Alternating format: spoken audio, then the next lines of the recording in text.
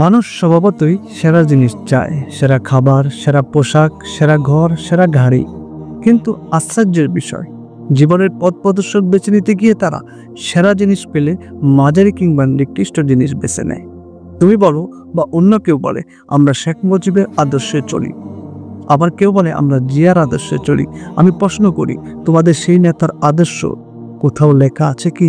কোনো কিতাবে আছে যেখানে জন্ম থেকে মৃত্যু, দুনিয়া থেকে আখিরাত পর্যন্ত পূর্ণ দিক নির্দেশনা আছে?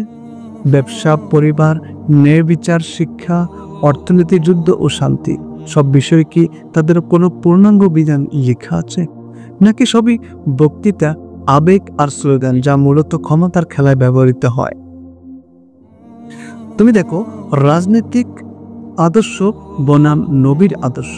শেখ মুজিব বা জিয়ার কথিত আদর্শ মূলত রাজনৈতিক চিন্তা, এগুলো রাষ্ট্র পরিচালনার কিছু ধাপ বা কাঠামো হতে পারে, কিন্তু জীবনের সব ক্ষেত্রে দিক নির্দেশনা দেয় না।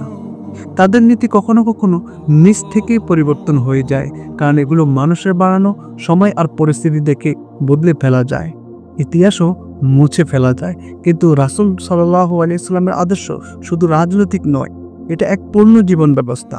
আল্লাহ বলেন, তোমাদের জন্য আল্লাহর রাসূলের মধ্যে রয়েছে উত্তম আদর্শ, তার জন্য যে আল্লাহ ও পরকাল প্রত্যাশা করে এবং আল্লাহকে বেশি বেশি স্মরণ করে।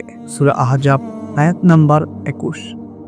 এখানে আল্লাহ পরিষ্কার বলছেন, যে ব্যক্তি আল্লাহ এবং আখিরাতকে চায় তার জন্য শ্রেষ্ঠ আদর্শ কেবল রাসূল সাল্লাল্লাহু আলাইহি ওয়াসাল্লাম, কোনো রাজনীতিবিদ, সেনাপতি বা কোনো দলীয় নেতা নয়।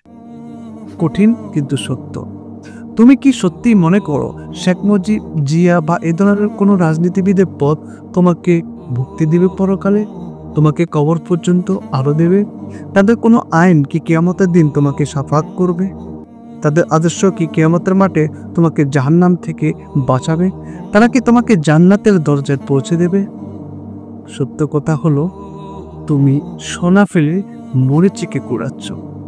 তুমি শ্রেষ্ঠ আদর্শ রাসূল সাল্লাল্লাহু আলাইহি ওয়াসাল্লামকে ফেলে মানুষের বানানো দুর্বল ও অপূর্ণ আদর্শ আঁকড়ে ধরছ, যার পরিণতি হবে দুনিয়াতেও বিভ্রান্তি, আখিরাতেও ক্ষতি। তাহলে বলো, তুমি কি শ্রেষ্ঠর দিকে ফিরবে, নাকি মরিচিকা স্তূপে নিজেকে ডুবিয়ে রাখবে? চয়েস তোমার।